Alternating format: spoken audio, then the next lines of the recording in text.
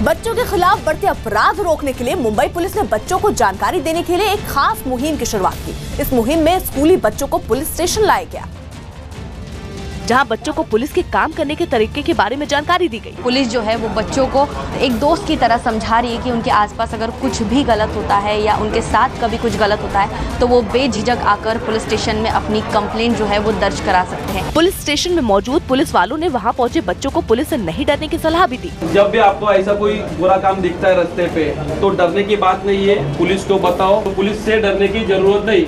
इसके बाद पुलिस वालों ने स्कूली बच्चों को हथियार और उनको इस्तेमाल करने के तरीके को भी समझाया। ये मैगजीन रहती है इसको, हाँ मैगजीन बोलते हैं। इसके अंदर ऐसे राउंड भरा जाता है, ऐसे एक एक करके भरा जाता है। एक आपके जानकारी के लिए खाली है। मुंबई पुलिस की इस मुहिम में कई स्कूलों के बच्चे शामिल हुए। अयोध्या मामले में सुनवाई टलने पर सियासी गलियारों में बहस तेज हो गई। सुप्रीम कोर्ट में इस मामले की सुनवाई 10 जनवरी से होगी,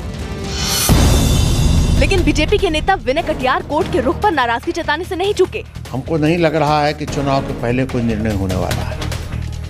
हिंदू समाज को जितना रुला सकते हैं, हर स्तर पर हिंदू समाज को रुलाया जा रहा है। सुनवाई में देरी का सवाल कांग्रेस टाल गई, लेकिन पार्टी ने अयोध्या मामले में कोर्ट के फैसले का सम्मान करने की नसीहत दी। भगवान राम का मंदिर अयोध्या में नहीं बनेगा तो कहाँ बनेगा? अयोध्या में ही बनेगा, लेकिन कहाँ बनेगा इसका फैसला जो है मैं और आप यहाँ पे कैमरे के सामने करेंगे ना। इसका फैसला तो प्रधानमंत्री ने जो कहा है वो बहुत सही कहा है। इसका फैसला तो सम्माननीय कोर्ट करेगी। कुंभ में बड़ी संख्या में अखाड़ों के साधु पहुंच रहे हैं, जिनमें महिलाएं भी बड़ी संख्या में हैं। खासतौर पर नागा साधुओं में भी जो है महिलाएं दिख रही हैं। नागा साधु बनने के लिए भारत की ही नहीं बल्कि विदेशी महिलाओं में भी दिलचस्पी है, लेकिन महिलाओं को नागा साधु बनाने के लिए बेहद कठिन परीक्षाएं देनी पड़ती हैं।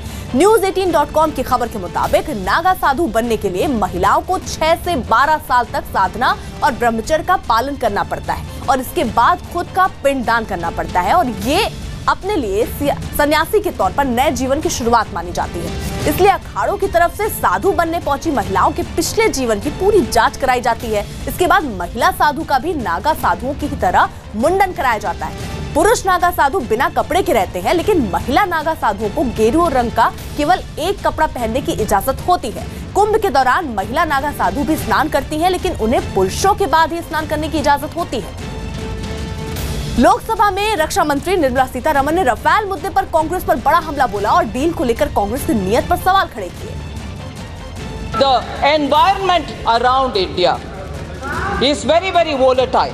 It is important for us to understand, therefore, that India, all of us would want, whoever is in government, would want to have peace in our neighborhood. We'll do everything to keep peace. Lok Sabha में रक्षा मंत्री निर्मला सीतारमण ने देश को पहला Rafale मिलने का समय भी बताया। This year, September, you will have the first aircraft and the 36th aircraft will be here in 2022. वही लोकसभा में राहुल गांधी ने रक्षा मंत्री के बयान पर जवाब दिया और राफेल के बहाने पीएम पर बड़ा हमला बोला। Defense Minister said that we are accusing her. The frame she used was, you are accusing us. Madam, I am not accusing you. And I am not accusing Mr. Parrikar. I am accusing Mr. Narendra Modi.